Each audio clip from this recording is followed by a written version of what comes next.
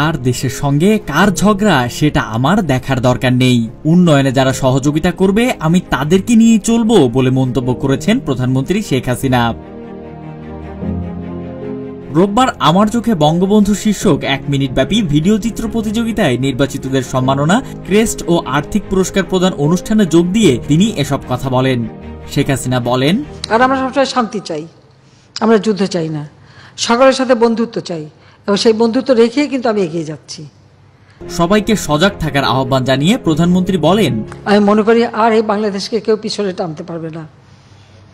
15ই আগস্টের পরে যেভাবে আমাদের ভিক্ষুক জাতিতে পরিণত করেছিল, আর যেন এটা করতে না পারি কেউ। সেই জন্য আমাদের সবসময় সজাগ থাকতে হবে, দেশটাকে নিয়ে এগিয়ে যেতে হবে। উন্নয়ন প্রকল্পের বিরোধিতাকারীদের নিয়ে শেখ হাসিনা বলেন, তা আমাদের বাংলাদেশে কিছু মানুষ আছে যেটাই করবো বলে এটার কি দরকার ছিল, মেট্রো রেল এটার কি দরকার ছিল, এক্সপ্রেসওয়ে খামাকে এগুলি করে পয়সা নষ্ট।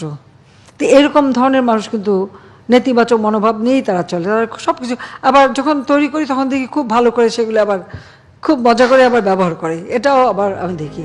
করোনাকালীন সময়ে নিজেদের কাজ নিজেরা করেছেন এবং কাজ করতে লজ্জাবোধ থাকা উচিত নয় উল্লেখ করে তিনি বলেন, তখন তো আমাদের এখানে সবাইকে করোনায় যখন ধরলো, আমি আমার ছোট বোন নিজে আমরা ঘর ঝাড়ছি, ঘর মুছে কাপড় কাচ্ছি, নিজেরা রান্না করে খাচ্ছি, কারণ সব বাবুর্চিদের করোনা হয়ে গেল, আমাদের কিছু লাগবে না, আমরা নিজেরা করে খাবো।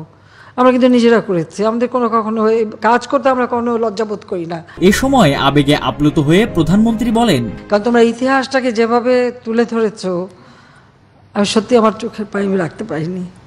তোমাদের সত্যি আমি অনেক দোয়া করি, তোমরা ভালো থাকো। আমার অভিভাবক, শিক্ষক এবং যারা এটার পিছনে কাজ করছেন সবাইকে আমার আন্তরিক ধন্যবাদ। বাংলাদেশকে ক্ষুধা ও দারিদ্র্যমুক্ত দেশ হিসেবে গড়ে তুলতে শিশু কিশোরদের উদ্দেশ্যে শেখ হাসিনা বলেন, এই যে মুক্তিযুদ্ধের চেতনাটা যেন নষ্ট না হয়, অর্থাৎ বাংলাদেশ যে ক্ষুধা দারিদ্র্যমুক্ত উন্নত বাংলাদেশ গড়ে উঠবে, তোমাদেরকে গড়ে তুলতে হবে। আমরা কারো কাছে হাত পেতে চলবো না, নিজের মর্যাদা নিয়ে চলবো, আত্মমর্যাদা বোধ নিয়ে চলবো। এটাই আমাদের মাথায় সবসময় রাখতে হবে। কারণ একটা কথা মনে রাখবে যে ভিক্ষুক জাতির কোনো ইজ্জত থাকে না।